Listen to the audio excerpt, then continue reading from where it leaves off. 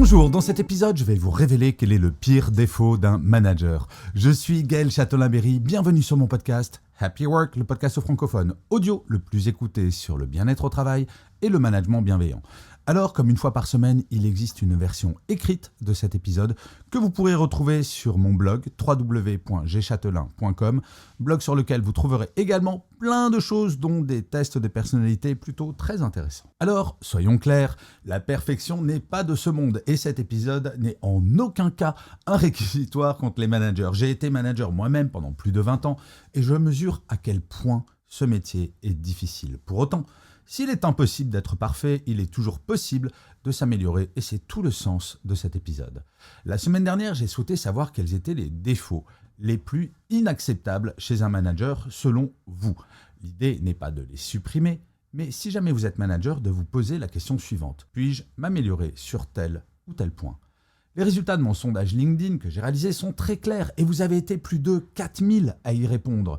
Parmi les défauts les plus insupportables chez un manager, l'incapacité d'écouter arrive en tête, suivi de l'indécision avec des pourcentages respectifs de 50 et 34%. Viennent ensuite l'incapacité à garder son calme pour 11% et le fait de toujours se prendre au sérieux pour 5%. Que vous soyez manager ou manager, ce qui me semble vraiment important, c'est d'analyser chacun de ces défauts afin de pouvoir progresser. Alors tout d'abord, ne jamais écouter. Les managers incapables d'écouter représentent le défaut numéro 1 selon 50% des répondants. Ce résultat n'est pas surprenant, car l'écoute est souvent considérée comme l'une des toutes premières qualités d'un bon manager. L'écoute active permet de comprendre les besoins, les frustrations et les suggestions des membres de l'équipe. Sans écoute, les collaborateurs et les collaboratrices peuvent se sentir sous-évalués et démotivés.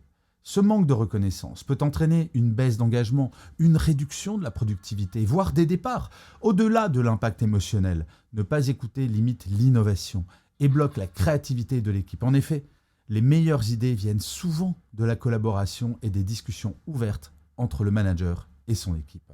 Alors, le conseil pratique, les managers devraient organiser régulièrement des sessions d'écoute où chacun peut partager ses idées et ses difficultés sans crainte d'être jugé. Cela permet de créer une culture de confiance essentielle pour une équipe engagée et performante.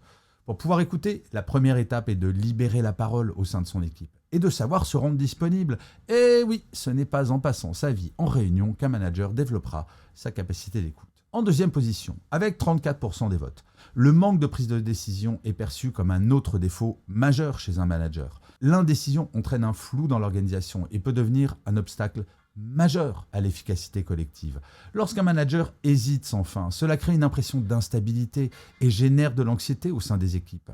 En entreprise, les collaborateurs et collaboratrices ont besoin de savoir où ils vont et quelles sont les priorités. De plus, un manager indécis est souvent perçu comme moins compétent ou peu sûr de lui, ce qui peut altérer sa crédibilité auprès des équipes. Lorsqu'une décision tarde, les salariés peuvent être tentés de la prendre eux-mêmes, ce qui peut causer des conflits internes et des pertes d'efficacité. Le conseil pratique, pour remédier à cela, il est essentiel pour un manager de développer ses capacités d'analyse et de prise de décision. Les formations leadership et gestion du stress peuvent être une grande aide pour acquérir ces compétences. En cas de doute, il est important d'impliquer l'équipe pour prendre des décisions collégiales plutôt que de repousser éternellement les choix.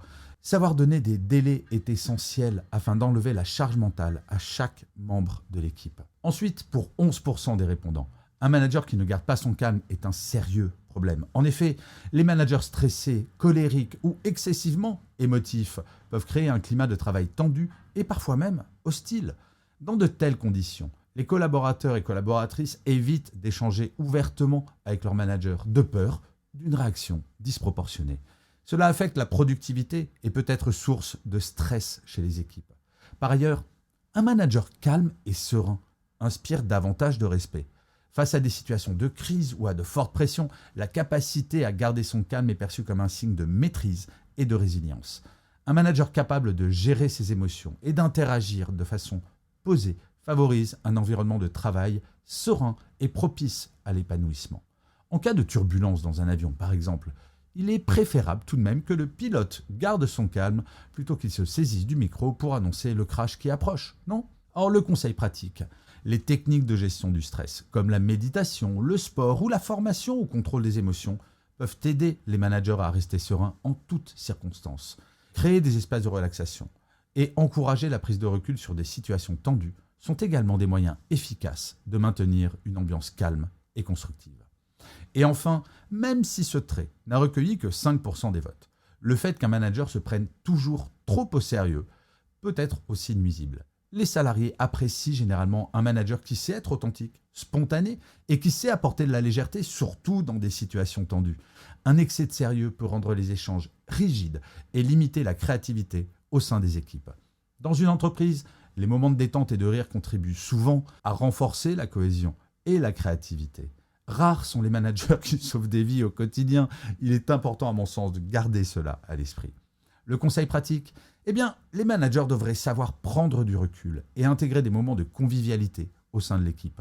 Organiser des déjeuners informels ou des activités de team building peut ainsi renforcer les liens et alléger les atmosphères parfois trop sérieuses. En somme, le sondage révèle 4 comportements clés à éviter pour être un bon manager. Ce qui ressort, c'est l'importance pour un manager de trouver un juste équilibre entre écoute active, une prise de décision affirmée, une capacité à garder son calme et une petite touche de légèreté. Ces qualités permettent d'instaurer un climat de confiance et de respect dans lequel chaque personne peut s'épanouir et donner le meilleur de lui-même. Les managers ont donc tout intérêt à investir du temps et des ressources dans le développement de ces qualités, en se formant et en prenant en compte les retours de leurs équipes. Et pour ce faire, il ne s'agit pas de culpabiliser ou de se voiler la face, juste de réaliser une autocritique objective et d'en parler avec son équipe. Si vous êtes manager, prenez un moment pour vous demander si vous êtes à l'écoute, si vous prenez des décisions claires, si vous savez garder votre calme et si vous vous autorisez à parfois être léger. Car en adoptant ces comportements, vous devenez bien plus qu'un simple chef. Vous devenez un leader inspirant pour toute votre équipe. Ça vaut le coup, non ? Et vous alors, si vous êtes manager, est-ce que votre manager a ces qualités ? Et si vous êtes manager, est-ce que vous pensez les avoir ? Et comment est-ce que vous pourriez progresser ? J'adorerais que vous me le disiez en commentaire. Saisissez vos claviers. Je lis tous les commentaires et je réponds à tous les commentaires. J'adore le faire. Et en plus, très souvent, cela me donne de nouvelles idées pour d'autres épisodes de Happy Work. Donc pas d'hésitation. À vos claviers. Je vous remercie 1000 fois d'avoir écouté cet épisode de Happy Work ou de l'avoir regardé. Si vous êtes sur Apple Podcast, n'hésitez pas à mettre une étoile, c'est très important, et pour Apple et pour Happy Work. Donc mettez une étoile en bas de la fiche de Happy Work. N'hésitez pas à partager cet épisode si vous l'avez apprécié. Et surtout, abonnez-vous sur votre plateforme préférée. C'est très très important pour que Happy Work dure encore très longtemps. Et en plus de vous à moi, cela me fait toujours très plaisir. Je vous dis rendez-vous à demain et d'ici là, plus que jamais, prenez soin de vous. Salut les amis.